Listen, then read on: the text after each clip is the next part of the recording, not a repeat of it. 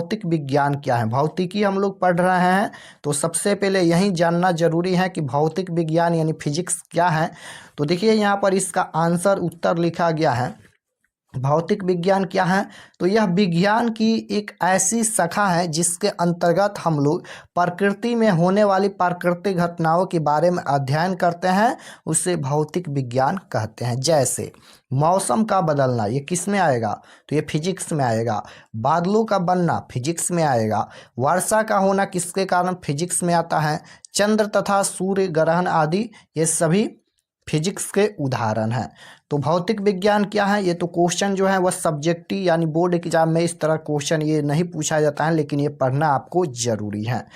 तो यह विज्ञान की एक ऐसी शाखा है जिसके अंतर्गत हम लोग प्रकृति में होने वाली प्राकृतिक घटनाओं के बारे में अध्ययन करते हैं, जैसे मौसम का बदलना, बादलों का बनना, वर्षा का होना, चंद्र तथा सूर्य ग्रहण आदि ये सभी फिजिक्स में आता है।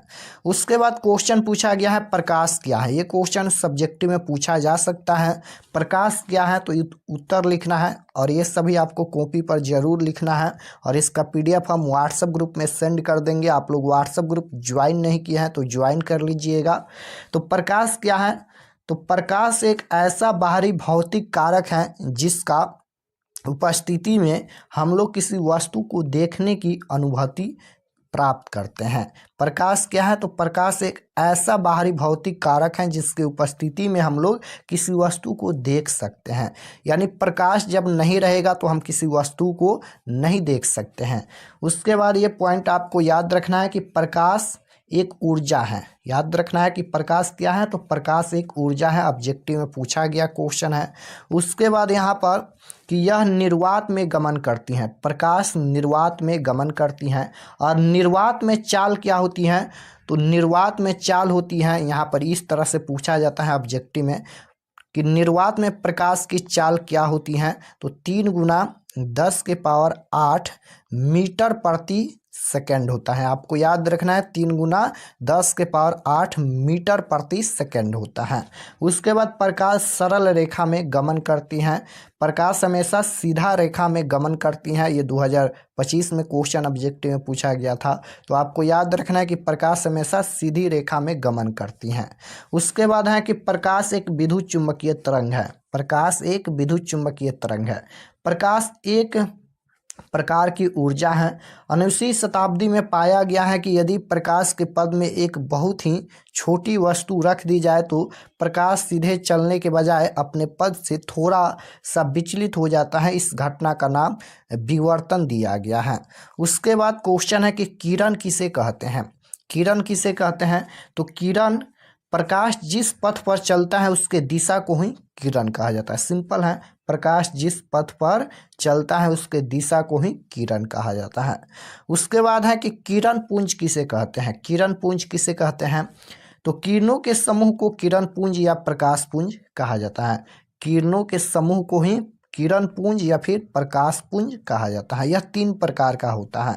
यह 3 प्रकार का होता है। पहला है कि प्रकाश किरण पुंज। प्रकाश किरण पुंज क्या है, तो समानांतर किरण पुंज वैसे किरण पुंज, यहाँ पर समानांतर किरण पुंज क्या है, तो समानांतर किरण पुंज वैसे किरण पुंज जिसमें सभी किरणें आपस में समानांतर हो, समानांतर किरण पुंज कहलाता है। उसके बाद यहाँ पर है कि अपसारी किरण पुंज क्या है। यहाँ पर ये दूसरका है और ये तीसरका है। तो अपसारी किरण पुंज क्या है, तो अपसारी किरण पुंज वैसे किरण पुंज जिसके सभी किरणें एक दूसरे से फैलती हुई प्रतीत होती हैं, अपसारी किरण पुंज कहलाता है। उसके बाद अभिसारी किरण पुंज क्या है, तो अभिसारी किरण पुंज वैसे किरण पुंज जिसके सभी किरण में एक बिंदु पर जमा होता है। यानी अभिसारी किरण पुंज क्या है, तो अभिसारी किरण पुंज वैसे किरण पुंज जिसके सभी किरणें में एक बिंदु पर जमा होता है। यानी यहाँ पर ये बिंदु हो गया, इधर से प्रकाश आ रहा है, इधर से प्रकाश, इधर से प्रकाश, यानी चारों दिशा से प्रकाश आ रहा है तो उसे, और एक बिंदु पर यहाँ पर मिल रहा है, उसे अभिसारी किरण पुंज कहेंगे। उसके बाद प्रकाश का अपवर्तन क्या है, यह सबसे महत्वपूर्ण क्वेश्चन है बोर्ड एग्जाम में सबसे ज़्यादा बार ये क्वेश्चन पूछा गया है 2 अंक में। तो ये आपको याद रखना है प्रकाश का अपवर्तन क्या है और इसके नियमों को भी लिखना है। याद रखिएगा कि प्रकाश के अपवर्तन या प्रकाश के 2 नियम होता है। कितना नियम होता है? तो प्रकाश के अपवर्तन पूछे या प्रकाश के परावर्तन पूछे, दोनों का 2 नियम होता है। तो आइए देख लेते हैं कि प्रकाश का अपवर्तन क्या है, उसके बाद इसका नियम को भी देखेंगे। तो इसका आंसर है, उत्तर लिखा गया है कि प्रकाश किरण जब एक पारदर्शी माध्यम से दूसरे पारदर्शी माध्यम में तिरछी प्रवेश करती हैं तो दोनों माध्यमों को अलग करने वाली सतह पर किरण मुड़ जाती हैं। सघन माध्यम में आपतन बिंदु पर अभिलंब की ओर मुड़ती हैं, जबकि विरल माध्यम में अभिलंब से दूर मुड़ती हैं और इस घटना को ही प्रकाश का अपवर्तन कहा जाता है। प्रकाश का अपवर्तन क्या है? तो प्रकाश किरण जब एक पारदर्शी माध्यम से दूसरे पारदर्शी माध्यम में तिरछी प्रवेश करती हैं तो दोनों माध्यमों को अलग करने वाली सतह पर किरण जो है वह मुड़ जाती हैं। सघन माध्यम में आपतन बिंदु पर अभिलंब की ओर मुड़ती हैं, जबकि विरल माध्यम में अभिलंब से दूर मुड़ती हैं। इस घटना को ही प्रकाश का अपवर्तन कहा जाता है। उसके बाद ये फिगर यहाँ पर देख सकते हो, ये प्रकाश का अपवर्तन का नियम से समझा जाएगा। ये फिगर, ये आपतित किरण है, ये आपतन कोण है, परावर्तन कोण है और ये परावर्तित किरण है, देख सकते हो यहाँ पर। और ये तीनों यहाँ पर एक ही तल पर हैं, देख सकते हो यहाँ पर एक ही तल पर हैं। इसका नियम से समझ आएगा। यहाँ पर प्रकाश के अपवर्तन का नियम है। पहला नियम क्या कहता है? तो आपतित किरण, अपवर्तित किरण तथा आपतन बिंदु पर खींचा गया अभिलंब सभी एक ही तल में होते हैं। अभी हम लोग ऊपर फिगर में देखे हैं कि यहाँ पर अपवर्तित किरण तथा आपतन बिंदु पर, आपतित किरण तथा अपवर्तित किरण तथा आपतन बिंदु पर खींचा गया अभिलंब, ये तीनों जो है एक ही तल पर होते हैं। ऊपर हम लोग फिगर में देखे हैं। तो पहला नियम तो ये हो गया प्रकाश का अपवर्तन का। दूसरा नियम क्या कहता है? तो दूसरा नियम कहता है कि किन्हीं 2 माध्यम और प्रकाश के किसी निश्चित वर्ण के लिए आपतन कोण की ज्या तथा अपवर्तन कोण की ज्या का अनुपात जो है वह एक नियतांक होता है, जो अपवर्तनांक कहलाता है और इसे स्नेल का नियम भी कहा जाता है। उसके बाद क्वेश्चन पूछा गया है कि आत्मदीप्त पदार्थ किसे कहते हैं? ऐसा पदार्थ जो स्वयं प्रकाश का उत्सर्जन करता है आत्मदीप्त पदार्थ कहलाता है, जैसे सूर्य हो गया, तारा हो गया और यहाँ पर जुगनू आदि। उसके बाद क्वेश्चन है कि अदीप्त पदार्थ किसे कहते हैं? तो ऐसा पदार्थ जो स्वयं प्रकाश उत्सर्जन जो है वह नहीं करता है लेकिन प्रकाश की उपस्थिति में दिखाई देता है, अदीप्त प्रकाश कहलाता है, जैसे उदाहरण के लिए चंद्रमा, टेबल, कुर्सी आदि। उसके बाद क्वेश्चन है कि प्रकाशीय माध्यम किसे कहते हैं? प्रकाशीय माध्यम किसे कहते हैं? तो यह एक ऐसा क्षेत्र होता है जहाँ से प्रकाश की किरण निकल कर नेत्र तक पहुँचती हैं, यानी आँखों तक पहुँचती हैं, प्रकाशीय माध्यम कहलाता है। यह एक ऐसा क्षेत्र होता है जहाँ से प्रकाश की किरणें निकल कर नेत्र तक पहुँचती हैं, प्रकाशीय माध्यम कहलाता है, जैसे हवा, पानी, कांच, अल्कोहल, हीरा इत्यादि। उसके बाद प्रकाश माध्यम 2 प्रकार के होते हैं, याद रखिएगा 2 प्रकार के होते हैं। पहला समबांगी माध्यम, यह एक ऐसा माध्यम है जिसके प्रत्येक भाग का गुण और बनावट एक समान होता है, समबांगी माध्यम कहलाता है। और विषमांगी माध्यम क्या है? तो यह एक ऐसा पदार्थ है जिसके प्रत्येक भाग का गुण और बनावट एक समान नहीं होता है, वह विषमांगी माध्यम कहलाता है। उसके बाद है कि प्रकाश का परावर्तन किसे कहते हैं? हम लोग ऊपर देखे हैं प्रकाश का अपवर्तन, लेकिन यहाँ पर प्रकाश का परावर्तन पूछा गया है। और याद रखिएगा कि प्रकाश के अपवर्तन या प्रकाश के परावर्तन दोनों का 2 नियम होता है, ऑब्जेक्टिव में कई बार पूछा गया है। तो इसका आंसर क्या है? तो उत्तर है कि जब प्रकाश की किरणें एक सतह से टकराकर अपने ही माध्यम में लौट जाते हैं तो लौटने की इस घटना को ही प्रकाश का परावर्तन कहा जाता है। ये तो सिंपल है। प्रकाश का परावर्तन क्या है? तो जब प्रकाश की किरणें किसी सतह से टकराकर और अपने ही माध्यम में वापस लौट आते हैं तो ऐसे घटना को प्रकाश का परावर्तन कहा जाता है। उसके बाद है कि परावर्तक सतह किसे कहते हैं? तो जिस तरह पर प्रकाश की किरणें आकर अपने ही माध्यम में लौट जाती हैं उस सतह को प्रकाश का परावर्तक सतह कहा जाता है। उसके बाद है कि आपतित किरण किसे कहते हैं, तो परावर्तक सतह पर आने वाली किरणों को आपतित किरण कहा जाता है। और परावर्तित किरण किसे कहते हैं, तो परावर्तक सतह से जाने वाली किरणें। यहाँ पर परावर्तित किरण किसे कहते हैं, तो परावर्तक सतह से जाने वाली किरणों को परावर्तित किरण कहते हैं। फिगर के माध्यम से हम बताए भी हैं ऊपर। उसके बाद है यहाँ पर कि आपतन बिंदु किसे कहते हैं, तो परावर्तक सतह के जिस बिंदु पर आपतित किरण आती है उस बिंदु को आपतन बिंदु कहा जाता है। उसके बाद है अभिलंब किसे कहते हैं, अभिलंब भी हम लोग ऊपर फिगर में देखे हैं। आपतन बिंदु पर डाले गए लंब को अभिलंब कहते हैं। इस तरह से यहाँ पर ये अभिलंब डाला गया था, इस तरह से यहाँ पर बीच वाला ये आपतन बिंदु पर डाले गए लंब को अभिलंब कहा जाता है। उसके बाद है कि आपतन कोण किसे कहते हैं, तो आपतित किरण और अभिलंब के बीच बने कोण को आपतन कोण कहते हैं। उसके बाद परावर्तन कोण किसे कहते हैं, ये भी फिगर के माध्यम से हम लोग देखे हैं। परावर्तित किरण और अभिलंब के बीच बने कोण को परावर्तन कोण कहा जाता है। उसके बाद विचलन कोण किसे कहते हैं, तो आपतित किरण के बढ़ावे गए भाग से परावर्तित किरण तक जो कोण बनता है उसे विचलन कोण कहा जाता है। यह दो तरीके से बनता है। उसके बाद है वस्तु किसे कहते हैं, तो जब दो या दो से अधिक आपतित किरणें किसी बिंदु पर मिलती हैं या मिलती हुई प्रतीत होती हैं तो उस बिंदु को वस्तु कहा जाता है। यह दो प्रकार का होता है, यहाँ पर वास्तविक वस्तु, काल्पनिक वस्तु।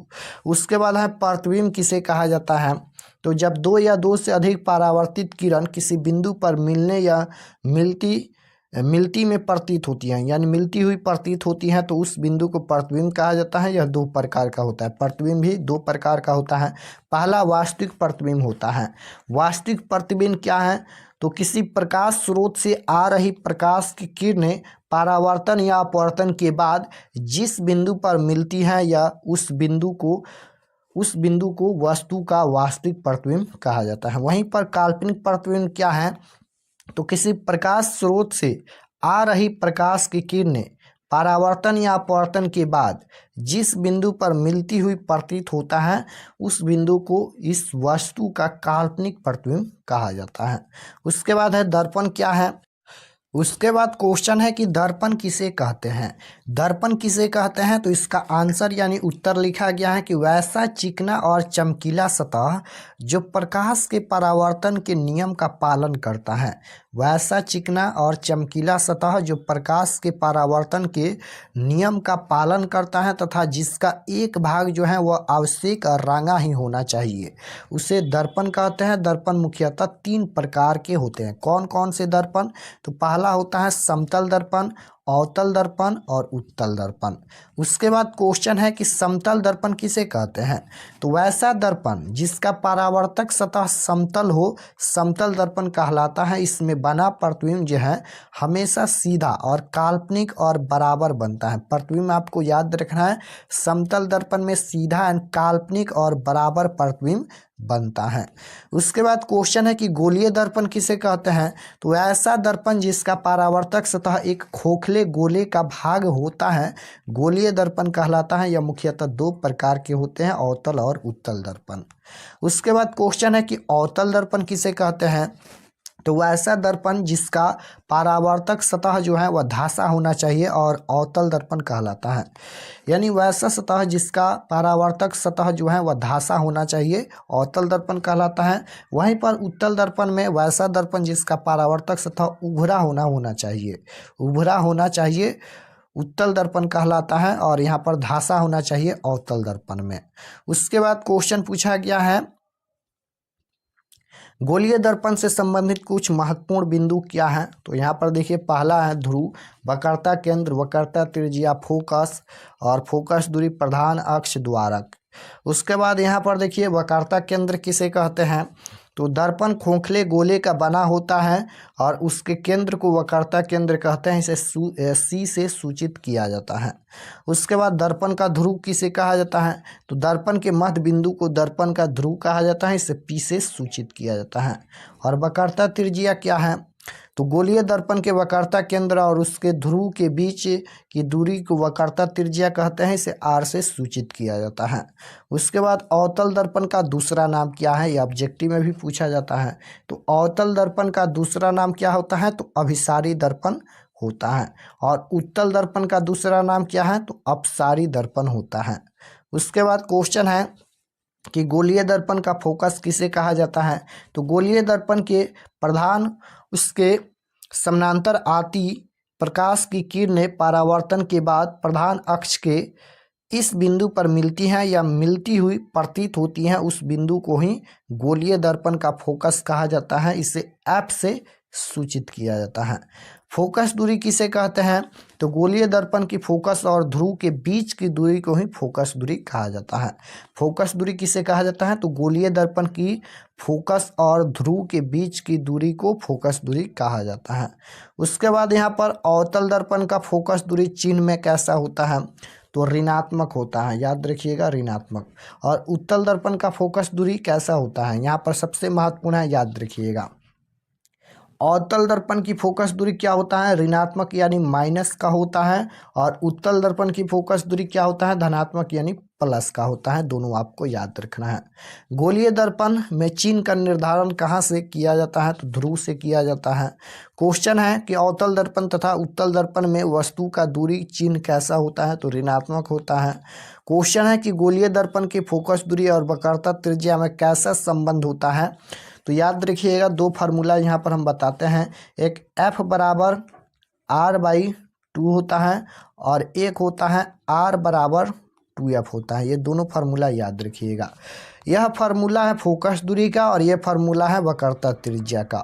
फोकस दूरी पूछा जाएगा तो इस फार्मूला का यूज करेंगे, वक्रता त्रिज्या पूछा जाएगा तो इस फार्मूला का यूज करेंगे। क्वेश्चन है कि अवतल दर्पण को अभिसारी दर्पण क्यों कहा जाता है, तो अवतल दर्पण के प्रधान के समानांतर आती प्रकाश की किरणें परावर्तन के बाद एक बिंदु पर जमा हो जाती हैं, इसलिए अवतल दर्पण को अभिसारी दर्पण कहा जाता है। उसके बाद क्वेश्चन है हजामत दर्पण के रूप में अवतल दर्पण का उपयोग क्यों किया जाता है। याद रखिएगा कि दाढ़ी बनाने में अवतल दर्पण का प्रयुक्त किया जाता है। क्यों किया जाता है, तो जब अवतल दर्पण में वस्तु को फोकस और ध्रुव के बीच रखा जाता है तो इसका प्रतिबिंब जो है वह दर्पण के पीछे बड़ा और सीधा और काल्पनिक प्रतिबिंब बनता है। उसके बाद क्वेश्चन है कि अवतल दर्पण का उपयोग सोलर कुकर में क्यों किया जाता है, तो अवतल दर्पण का उपयोग सोलर कुकर में क्यों किया जाता है, तो जब प्रकाश की किरणों को प्रधान अक्ष के समानांतर भेजा जाता है तो परावर्तन के बाद फोकस पर जमा हो जाती हैं। इस गुण के कारण ही अवतल दर्पण का उपयोग सोलर कुकर में किया जाता है। उसके बाद क्वेश्चन है कि गाड़ियों की हेडलाइट में अवतल दर्पण का उपयोग क्यों किया जाता है, तो जब प्रकाश की किरण को फोकस से भेजा जाता है तो वह प्रधान अक्ष, यहाँ पर अक्ष हो जाएगा, अक्ष के समानांतर हो जाती हैं। इस गुण के कारण अवतल दर्पण का उपयोग गाड़ियों की हेडलाइट में किया जाता है। उसके बाद क्वेश्चन है कि किसी गोलीय दर्पण में बना प्रतिबिंब कैसा होता है, तो किसी गोलीय दर्पण में बना प्रतिबिंब इसका अर्थ है कि वह अवतल दर्पण होगा।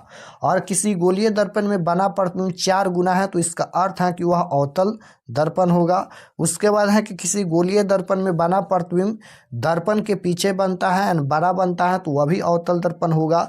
उसके बाद है कि किसी गोलीय दर्पण में बना प्रतिबिंब सीधा एंड छोटा बनता है, याद रखिएगा सीधा एंड छोटा बनता है तो उत्तल दर्पण होगा। उत्तल दर्पण में कैसा प्रतिबिंब बनता है, तो सीधा एंड छोटा बनता है। और अवतल दर्पण में किसी गोलीय दर्पण में बना प्रतिबिंब दर्पण के पीछे एंड बड़ा बनता है तो अवतल दर्पण होगा। उसके बाद क्वेश्चन है कि अवतल दर्पण, उत्तल दर्पण एंड समतल दर्पण की पहचान स्पर्श करके एंड बिना स्पर्श किए हुए कैसे करते हैं, तो मेज पर रखे 3 दर्पणों को बारी बारी से स्पर्श करने पर पता चलता है कि जिसका परावर्तक सतह घाटा नहीं धासा है वह अवतल दर्पण है, और जिसका परावर्तक सतह उभरा हुआ है यहाँ पर धासा हम लिख देते हैं, आप लोग लिख दीजिएगा, ये जो है टाइपिंग में गलत हो जाता है। तो याद रखिएगा कि जिसका परावर्तक सतह धासा हुआ है वह अवतल दर्पण होगा, और जिसका परावर्तक सतह उभरा हुआ है वह उत्तल दर्पण होगा, और जिसका परावर्तक सतह समतल होता है वह समतल दर्पण होता है। उसके बाद क्वेश्चन है कि उत्तल लेंस को अभिसारी लेंस क्यों कहा जाता है। तो उत्तल लेंस पर जब प्रकाश की समानांतर किरणें आपतित होती हैं तो लेंस से अपवर्तन के बाद ये समानांतर किरणें एक बिंदु पर मिलती हैं। इससे स्पष्ट होता है कि उत्तल लेंस समानांतर किरणों को अभिसारित करता है। इस गुण के कारण ही इसे अभिसारी लेंस कहा जाता है। उसके बाद क्वेश्चन देखिए पूछा गया है कि उत्तल लेंस एंड अवतल लेंस में क्या अंतर है। तो यहाँ पर अंतर लिखा गया है। सबसे पहले ये फिगर भी आप लोग पहचान लीजिएगा। उत्तल लेंस का फिगर ये है और यहाँ पर अवतल लेंस का फिगर ये है, याद रखिएगा। तो उत्तल लेंस में क्या होता है, पहला नंबर अंतर है कि इसके किनारे का भाग पतला और बीच का भाग मोटा होता है। देख सकते हो आपके सामने है यहाँ पर, इसके किनारे का भाग जो है वह पतला होता है और बीच का भाग मोटा होता है। यहाँ पर देखिए बीच का भाग क्या है, तो मोटा है और किनारे का भाग पतला है। वहीं पर अवतल लेंस में क्या है, तो अवतल लेंस में इसके किनारे का भाग जो होता है वह मोटा होता है और बीच का जो भाग होता है, यहाँ पर देख सकते हो ये बीच का भाग क्या होता है, पतला होता है। दूसरा नंबर है उत्तल लेंस में कि इसमें वस्तु से बड़ा प्रतिबिंब बनता है। उत्तल लेंस में वस्तु से बड़ा प्रतिबिंब बनता है और अवतल लेंस में इसमें वस्तु से छोटा प्रतिबिंब प्राप्त होता है। उसके बाद है उत्तल लेंस में कि इसमें वास्तविक और काल्पनिक दोनों प्रकार के प्रतिबिंब बनते हैं और अवतल लेंस में इसमें केवल काल्पनिक प्रतिबिंब बनता है। इसमें उल्टा प्रतिबिंब बनता है उत्तल लेंस में और अवतल लेंस में इसमें सीधा प्रतिबिंब बनता है। यह अपवर्तित किरणों को अभिसारित करता है और यह अपवर्तित किरणों को अपसारित करता है। उसके बाद क्वेश्चन है कि सरल सूक्ष्मदर्शी क्या है, किरण आलेख खींचे। सरल सूक्ष्मदर्शी क्या है, किरण आलेख खींचना है। तो सरल सूक्ष्मदर्शी वह युक्त है जिससे छोटे बीम का आवर्धित प्रतिबिंब प्राप्त किया जाता है। सरल सूक्ष्मदर्शी के रूप में एक उत्तल लेंस का उपयोग होता है। सरल सूक्ष्मदर्शी के रूप में किसका उपयोग होता है, तो उत्तल लेंस का उपयोग होता है और ये फिगर भी आपको बनाना है। उसके बाद क्वेश्चन है कि प्रिज्म से होकर प्रकाश के अपवर्तन का नामांकित किरण आलेख खींचे। ये सभी क्वेश्चन पूछा गया क्वेश्चन है और ये महत्वपूर्ण क्वेश्चन है, तो ये सभी आपको लिख कर याद कर लेना है। इसका PDF हम अभी सेंड कर देंगे। तो इस तरह से फिगर बना लीजिएगा। प्रकाश का अपवर्तन का नामांकित आलेख कुछ इस प्रकार से है। यहाँ पर आपतित किरण, विचलन किरण, प्रिज्म का कोण, निर्गत किरण, अपवर्तित किरण, आधार, इस तरह से बना लीजिएगा। तो आज के क्लास में हम लोग इतना क्वेश्चन देखे हैं। इसका PDF हम सेंड कर देंगे और ये सभी क्वेश्चन को आप लोग बुक पर लिखकर ज़रूर आप लोग याद कर लीजिएगा, पढ़ लीजिएगा। और इसका जितना भी ऑब्जेक्टिव क्वेश्चन है कल के क्लास में हम बता देंगे, तो आप लोग ज़रूर ज्वाइन कीजिएगा। कल के क्लास में इस चैप्टर में जितना भी महत्वपूर्ण ऑब्जेक्टिव क्वेश्चन है सभी क्वेश्चन हम कल के क्लास में पढ़ाएंगे। तो अगर आप लोग इस चैनल पर नए होंगे तो चैनल को ज़रूर सब्सक्राइब कर लीजिएगा ताकि आने वाले नेक्स्ट क्लास आपके पास ज़रूर पहुँचे। तो मिलते हैं नेक्स्ट क्लास में, तब तक अपना स्टडी कीजिए। आप सभी को धन्यवाद।